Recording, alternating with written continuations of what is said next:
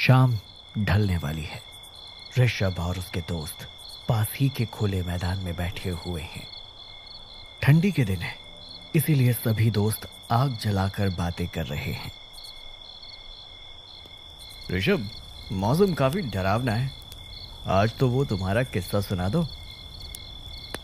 अपने दोस्त की फरमाइश सुनते ही ऋषभ के शरीर में एक सिहरन सी जाग उठी। नहीं नहीं यार, देखो मौसम बिगड़ रहा है और ऐसे में उस घटना को याद करना अच्छा नहीं है। फिर कभी बताऊंगा। अरे ऋषभ, ठंड में ऐसे भूतिया किस्से सुनने का मजा ही कुछ और है। और सच बताऊं, सच में बहुत ज्यादा मन कर रहा है कि तुम्हारी वो कहानी सुनो। हाँ हाँ ऋषभ, प्लीज बताओ क्या हुआ था। ठीक है, लेकिन डरोगे तो नहीं? नहीं नहीं। वो बारिश के दिन थे। हम 3 दोस्त, अनिमेश, अमर और मैं, छुट्टियों का लुत्फ उठाने जंगल की ओर निकले थे।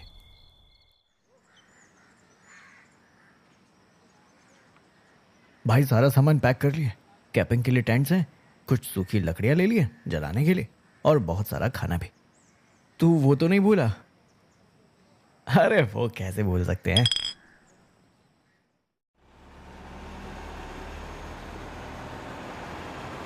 क्या हुआ ऋषभ, इतना खामोश क्यों? कुछ नहीं यार, बस ऐसे ही अंदर से अजीब सा लग रहा है, मानो कुछ गड़बड़ होने वाली है। हमारे साथ ये है तो कैसी गड़बड़?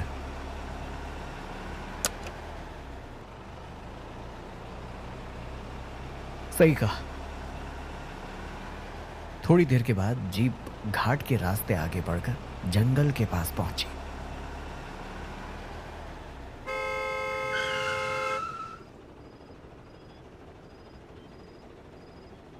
आगे मत जाओ बेटा, आगे खतरा है। कौन सा खतरा बाबा? जानवरों से हम नहीं डरते, यूं ही हमारा रास्ता मत रोको। और वैसे भी खतरा कहाँ नहीं होता। विनाश काले विपरीत बुद्धि। चलो ऋषभ, आ जाते हैं कहीं कहीं से।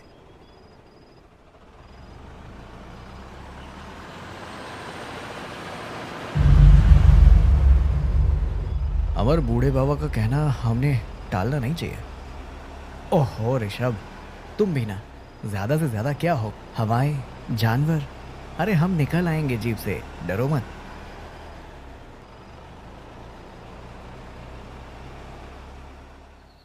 थोड़ी देर बाद वो तीनों खुले मैदान में पहुंचे। उन्होंने कैंप के लिए जगह ढूंढी और कैंप लगा लिया। तीनों बड़े मजे से पार्टी कर रहे थे। तभी अचानक वातावरण बदलने लगा। तेज ठंडी हवाएं चलने लगी, जिसकी वजह से उनकी लगाई हुई आग भी बुझ गई। धीरे धीरे बारिश बढ़ने लगी। हवा इतनी जोर से बहने लगी कि जिसकी वजह से उनके बनाए टेंट्स भी हवा में उड़ गए। तीनों को कुछ समझ नहीं आ रहा था। तीनों जीप में जाकर बैठे। बारिश की वजह से तीनों भीग चुके थे। इतनी तूफानी बारिश मैंने मेरी जिंदगी में कभी नहीं देखी।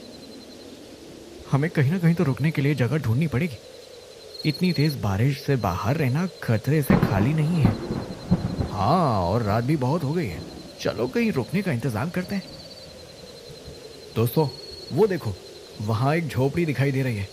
शायद वहां आज रुक सकते हैं।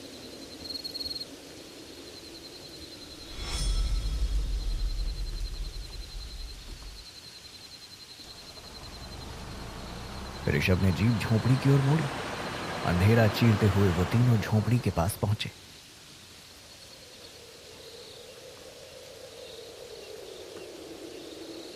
चलो वहां अंदर पूछते हैं।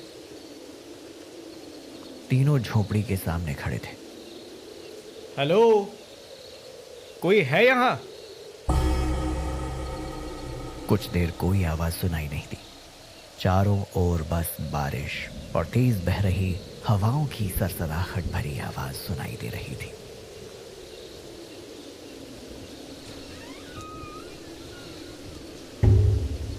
ऋषभ डर से अमर की ओर देखने लगा। भाई, कुछ तो गड़बड़ है। ये दरवाजा अपने आप कैसे खुला है? तभी अचानक एक औरत सामने आई, दिखने में काफी सुंदर, त्वचा इतनी गोरी कि मानो अंधेरे में चमक रही हो। अपने नाजुक अंदाज में उसने पूछा, कौन हो आप?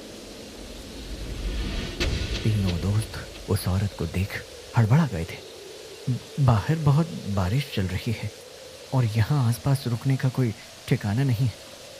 तभी आपकी झोपड़ी दिखाई दी, सोचा कि यहाँ मदद मिल सकती है, लेकिन कोई बात नहीं, हम कहीं और चले जाते हैं।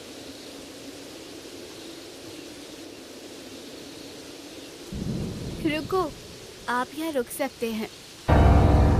तीनों एक दूसरे को देखने लगे। निर्णय लेना काफी कठिन था, लेकिन अकेली औरत और बिन बुलाए 3 लोग, घर में और कोई है या नहीं ये जानने के लिए अमर बोला, आपके घर में कोई है? आपके पिता, भाई या आपके पति? मेरी अभी शादी नहीं हुई, और रही बाकी लोगों की बात, वो अभी आते ही होंगे। तब तक आप यहाँ रुक सकते हो। वैसे भी मेरे पापा कहते हैं जंगल में भटके लोगों को छोड़ना नहीं चाहिए। छोड़ना नहीं चाहिए मतलब? मदद करनी चाहिए, उन्हें अकेला महसूस ना हो। हाँ हाँ, तो फिर ठीक है, चलो हम बारिश खत्म होने तक यहीं रुक जाते हैं। जरूर, हमें खुशी होगी। आइए, अंदर आइए। अमर और अनिमेश तो बिना देरी किए झोपड़ी के अंदर चले गए। ऋषभ को बाहर से दिखाई दिया कि अंदर काफी अंधेरा है, बस एक लालटेन जल रहा है। लेकिन जैसे ही ऋषभ ने झोपड़ी के अंदर कदम रखा, वो अंदर का माहौल देखकर दंग रह गया। कमरा काफी साफ सुथरा था। उस औरत ने लालटेन और तेज कर दिया, जिसकी वजह से कमरा अब साफ साफ दिखाई दे रहा था। भाइयों, ये तो काफी अच्छी जगह मिल गई हमें। आप आराम से बैठिए, मैं आपके लिए खाने का इंतजाम करती हूँ। ऐसा कहकर वो औरत दूसरे कमरे में चली गई। कुछ ठीक नहीं लग रहा है मुझे, अजीब सी घुटन सी महसूस हो रही है। जंगल में इतने दूर एक अकेली झोपड़ी में इतनी सुंदर औरत, और इत्तेफाक की बात है वो अकेली है। हमें निकलना चाहिए दोस्तों, ये जगह ठीक नहीं है। अरे यार, तुझे तो चांद में भी दाग खोजने की आदत है। उनको कोई प्रॉब्लम नहीं तो हमें क्या?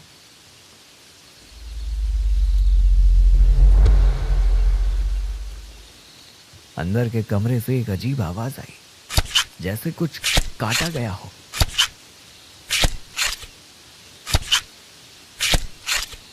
ये आवाज, शायद वो औरत कुछ काट रही है, लेकिन ऐसे मानो कोई बड़े से छुरे से वो कुछ काट रही है। अनिमेश के आंखों में भी अब डर साफ झलक रहा था।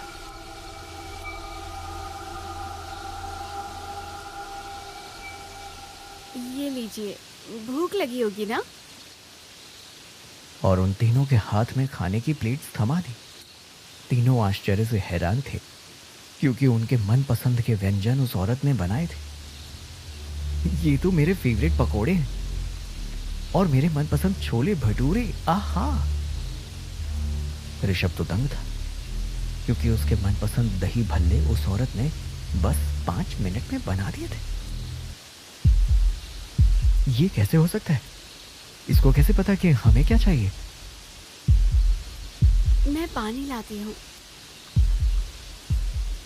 दोस्तों, ये कुछ अजीब नहीं है। हमारी पसंदीदा चीजें हैं, इसे कैसे पता? और इतनी जल्दी इसने कैसे बना दी? ऋषभ कुछ आगे बोलता, तब तक अमर और अनिमेश ने खाना शुरू कर दिया था। आहा, आह, क्या टेस्ट है! बिल्कुल मेरे मनपसंद होटल जैसी। बिल्कुल सही कहा। दोनों खाने में मगन थे। तभी ऋषभ ने कहा, दोस्तों, मैं जरा बाहर होकर आता हूं। ऐसा कहकर ऋषभ बाहर चला गया। बाहर तेज बारिश चल रही थी। पास ही के एक पेड़ के नीचे ऋषभ पेशाब करने लगा। उसे आसपास की झोंपड़ियों में किसी चीज की सरसराहट सुनाई दी। वो काफी डर गया। क्या हो सकता है? कोई जानवर या फिर? और उसी वक्त एक छोटा सा लड़का ऋषभ के सामने आया। अंधेरे में उसका चेहरा स्पष्ट नहीं दिख रहा था, लेकिन एक गुर्राहट सुनाई दे रही थी।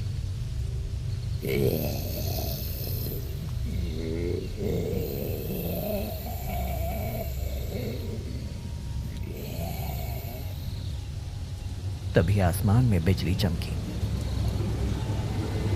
और ऋषभ को वो लड़का साफ साफ दिखाई दिया। उसका भयानक रूप देख ऋषभ के पसीने छूट गए। वो जोर से चिल्लाया।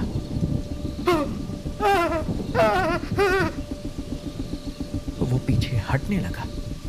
वो किसी चीज से टकरा कर नीचे गिर गया। वो चीज कोई और नहीं बल्कि एक बड़ा सा शैतानी इंसान था। वो इंसान ऋषभ को ही देख रहा था। उसका घिनौना चेहरा देखकर ऋषभ के पैरों तले जमीन खिसक गई थी।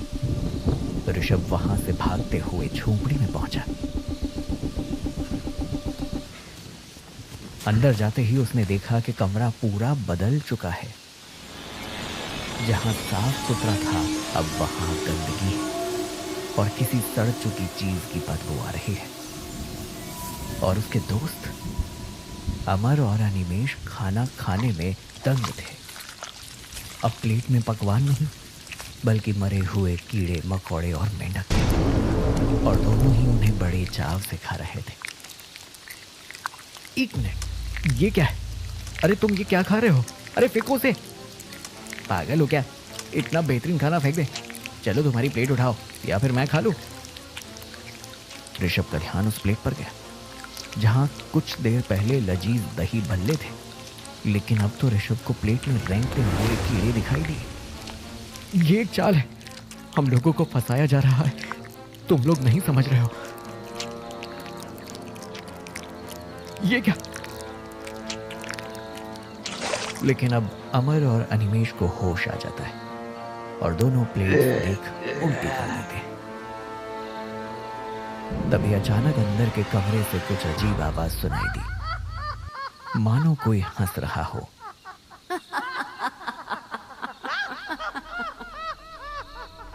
तीनों डरते हुए अंदर के कमरे में झांकते हैं। सामने का दृश्य देखकर उन्हें चक्कर आने लगते हैं।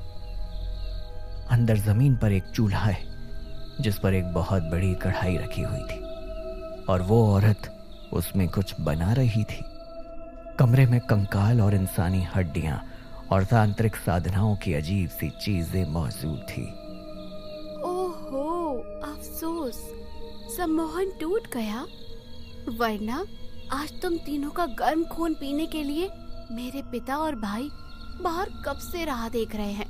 कोई बात नहीं, सम्मोहन नहीं तो होश में सही, तीनों का शिकार तो होगा ना। उस औरत का जिस्म बदलने लगा। वो बूढ़ी होने लगी। उसका गोरा रंग बदल कर काला होने लगा। चेहरे पर बुढ़ापे की झलक दिखाती झुर्रियां उसको और ज्यादा भयानक दिखा रही थी। ऋषभ, उसके पैर उल्टे, यानी वो चुड़ैल है, उल्टे पैरों वाली चुड़ैल।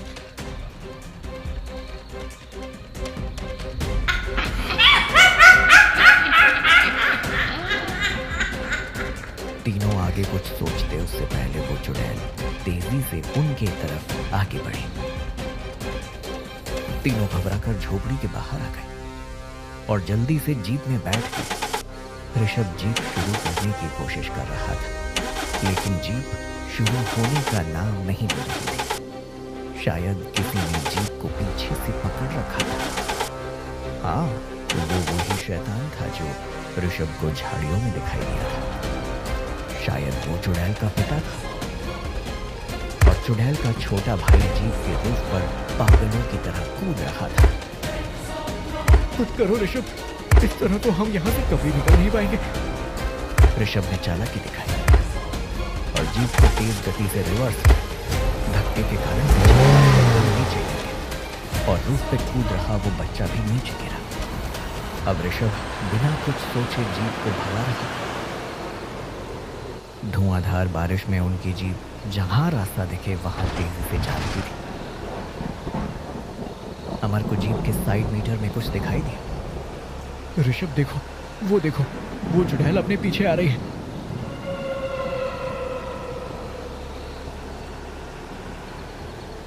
ऋषभ को दिखाई दिया कि वो चुड़ैल अब उल्टे पैरों से भागते हुए उनके जीप का पीछा कर रही थी।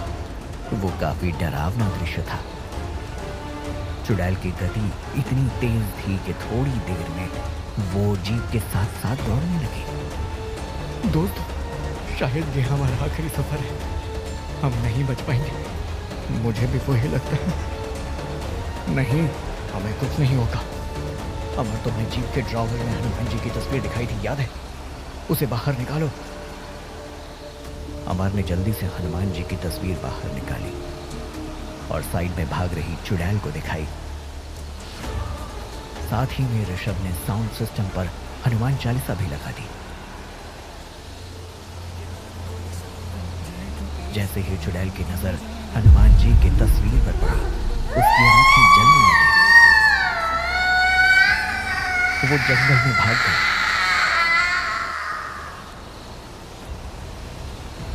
कुछ देर के बाद जीप जंगल से निकलकर शहर के रास्ते चलने लगी। तो भाई, ये थी मेरी कहानी। ऋषभ, तुम तो काफी हिम्मत वाले इंसान हो यार। मैं तुम्हारे साहस की सराहना करता हूं। हम केवल भगवान की वजह से बच पाए थे। मुश्किल घड़ी में वो हमेशा हमारे साथ होते हैं।